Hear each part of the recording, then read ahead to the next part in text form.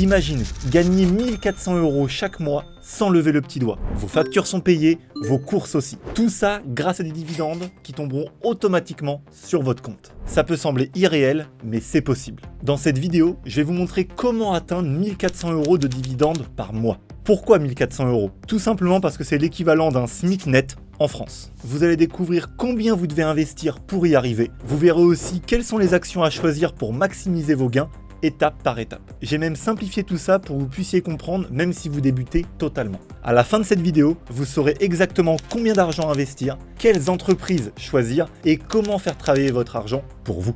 Prêt à construire votre revenu passif? C'est parti!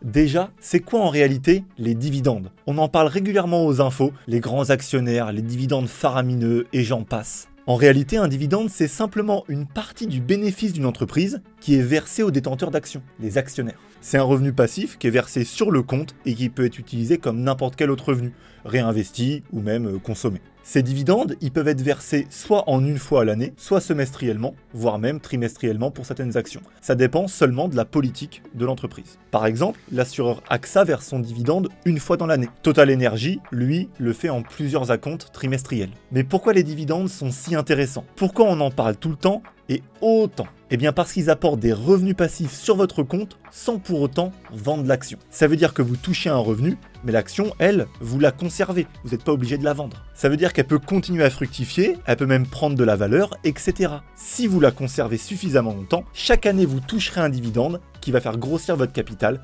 encore, et ça sans aucun effort. Mais surtout, c'est un revenu qui dépend du nombre d'actions que vous détenez. Ça veut dire qu'il est totalement possible d'utiliser ce dividende pour acheter de nouvelles actions, pour toucher davantage de dividendes dans le temps, et donc créer de plus en plus de revenus passifs. Et ça tombe bien, c'est clairement l'objet de cette vidéo, vous l'imaginez bien. Exemple simple. Si vous avez une action qui verse 4% de dividendes par an, pour 1000 € investis, vous toucherez 40 € de revenus passifs. Mais si en bonus, vous achetez de nouvelles actions avec ce dividende, vous toucherez des dividendes de plus en plus importants, encore et encore au fil du temps.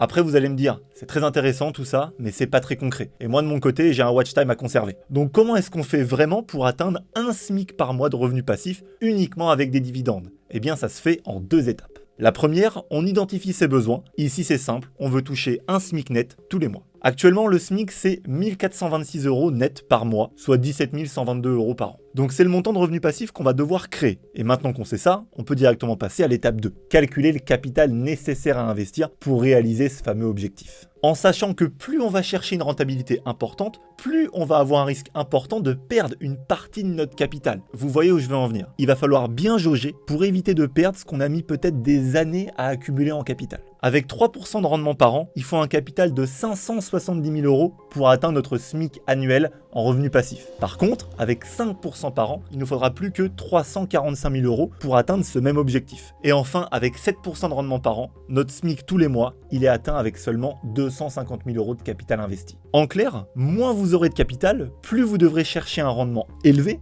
pour atteindre votre objectif. Mais attention, ça ne veut pas dire que seuls les gens les plus fortunés ou qui ont déjà du capital peuvent devenir libres financièrement avec des revenus passifs. Comme on l'a vu plus tôt, les dividendes des années passées peuvent être réinvestis pour faire grossir le capital. Et ça va être tout l'intérêt de ça. Ce qu'il faut donc retenir, c'est que créer un SMIC mensuel en revenus passifs, ça ne se fait pas en un jour. En investissant une partie de votre salaire tous les mois sur ce projet et en réinvestissant vos dividendes dans le temps, au fil des années, vous allez vous rapprocher toujours un peu plus de cette liberté financière, en faisant grossir votre capital et en pouvant prendre de moins en moins de risques pour arriver au même résultat. Mais pour appliquer correctement cette deuxième méthode, il y a des facteurs déterminants à garder en tête. Déjà, on a le choix des entreprises. Il faudra choisir des entreprises qui sont stables depuis longtemps, avec un historique de versement de dividendes, même en période de crise, et évidemment, un rendement qui peut être intéressant. Et ensuite, on l'oublie souvent, il va falloir aussi prendre en compte la fiscalité. En fonction de la fiscalité qui est applicable dans le pays de résidence de l'entreprise, mais aussi du support fiscal que vous utiliserez pour investir. Et ça d'ailleurs, on en reparle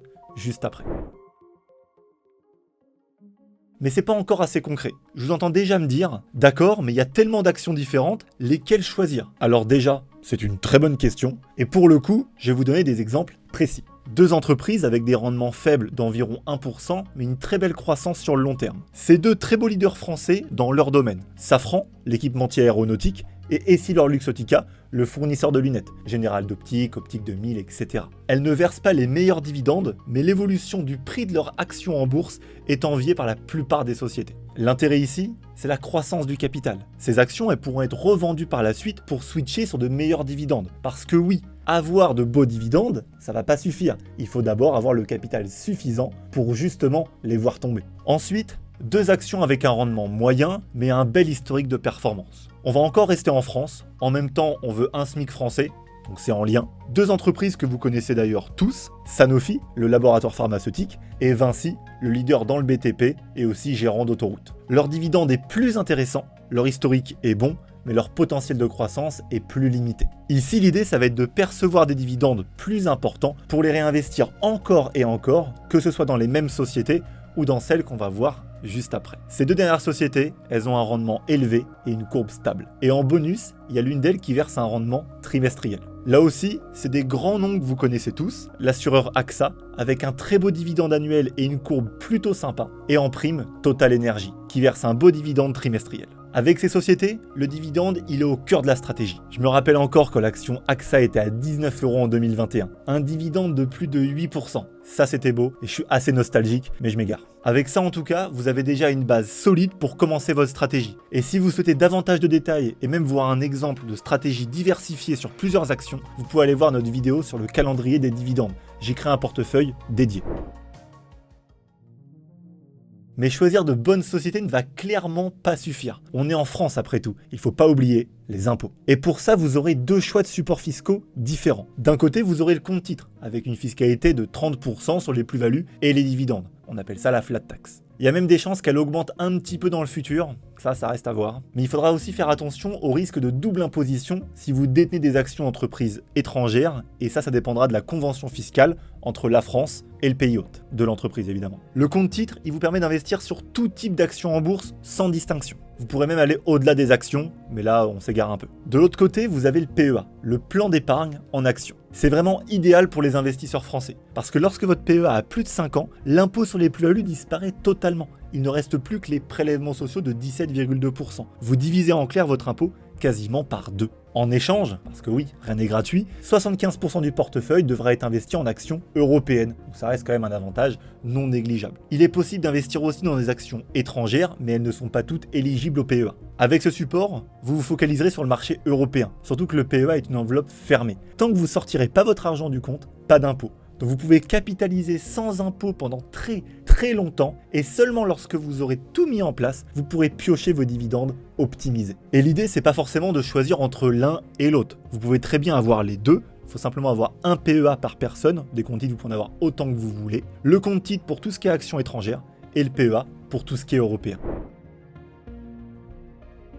Mais comme pour tout, les dividendes ont aussi leurs inconvénients et ils ne sont pas magiques. Les dividendes, c'est une distribution de richesse. Ça appauvrit donc l'entreprise au bénéfice des actionnaires. Mais surtout, à partir du moment où une entreprise verse des dividendes, les actionnaires s'attendront à chaque fois à ce que l'entreprise verse au moins un minima tous les ans un montant équivalent. Sauf que les entreprises, elles ont besoin d'innover, d'investir ou de se renouveler pour rester présentes sur leur marché. Et pour ça, elles ont besoin d'argent. Sauf qu'en s'appauvrissant chaque année en versant des dividendes, les entreprises voient leur capacité à innover se réduire, et ce qui les rend d'autant moins agiles pour s'adapter et rester leaders sur leur marché, ou même conquérir de nouveaux marchés. Mais surtout, n'allez pas imaginer que le dividende est complètement décorrélé de la valeur de l'action de l'entreprise. Comme une entreprise s'appauvrit, son cours en bourse vient se réduire du montant du dividende chaque année. Donc ce que vous touchez en cash, vous le perdez en plus-value. C'est des vases qui sont totalement communicants. D'où l'intérêt de choisir des actions qui ont un cours de bourse positif sur le long terme, afin d'éviter que les dividendes ne viennent faire complètement stagner votre plus-value, et ça à long terme. Prenez le temps de vous intéresser aux entreprises, mais laissez-vous aussi le temps de faire grandir votre capital. C'est votre meilleur allié pour obtenir des revenus passifs demain. Ne gâchez pas vos futurs revenus en étant trop pressé. NCP, c'est aussi un cabinet de gestion de patrimoine pour tous. Si vous avez des questions concernant votre situation, vous pouvez prendre rendez-vous. Le lien est en description. Moi, je vous dis à bientôt.